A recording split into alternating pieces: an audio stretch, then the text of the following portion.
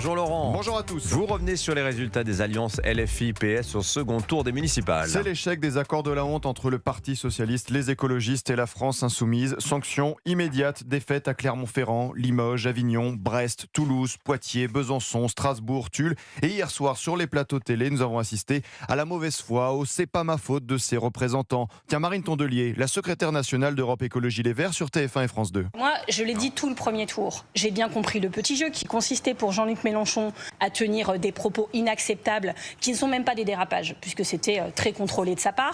J'ai compris que derrière la France insoumise, ça ne marchait pas, mais je le savais déjà avant. Il ne faut pas d'avoir honte quand même. Pourquoi avoir laissé faire alors des alliances avec LFI ? Il y a une semaine, le soir du premier tour, Marine Tondelier avait été la première à envoyer des signaux positifs à la France insoumise. Je vous dis que l'intégralité des candidats de la France insoumise en France ne sont pas Jean-Luc Mélenchon. Vous le savez, je le sais, tout le monde le sait. Et Pierre Jouvet, le secrétaire général du Parti socialiste. La direction du PS a laissé des accords se mettre en place avec LFI dans plusieurs villes au second tour. Et hier soir... Ce que ce soir je constate, c'est que la France insoumise dans cette union de la gauche, elle est toxique. Fait perdre. Et Monsieur Jouvet s'en rend compte seulement hier soir. Avec le patron du PS, Olivier Faure, ils ont laissé ces accords dits techniques se faire. Le moment de grâce est arrivé justement avec le premier secrétaire du Parti socialiste qui a ciblé aussi la France insoumise et Jean-Luc Mélenchon. La provocation outrancière, la conflictualisation à tort et à travers, les dérapages antisémites sont une voie sans issue. On se moque du monde. Olivier Faure a laissé passer ses alliances avec LFI. Il les avait même défendues la semaine dernière sur France 2. Pour ma part, je comprends parfaitement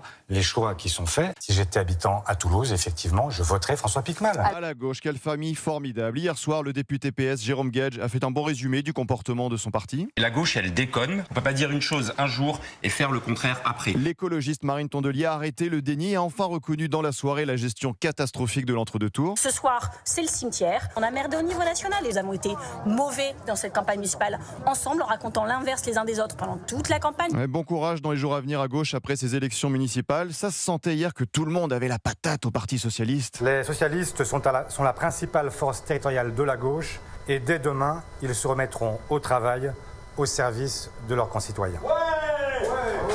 Ouais, quel enthousiasme. Les alliances avec LFI ont quand même fait élire la maire PS de Nantes, Johanna Roland, l'écologiste Grégory Doucet à Lyon. Des accords à gauche qui resteront comme une tâche indélébile. François Ruffin a fait un bon résumé. On est à bord du Titanic.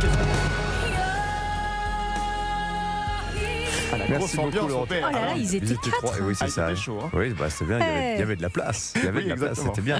Merci Laurent Tessier qu'on va retrouver cet après-midi sur Europe 1, 16h-18h. Le grand débrief des municipales avec Pascal Pro et toute la bande, bien sûr. Et vous, auditeurs d'Europe 1, le numéro du standard, Anissa. C'est le 01 80 20 39 21 pour participer, prendre la parole et dialoguer avec Pascal Pro tous les après-midi de 16h à 18h sur Europe 1.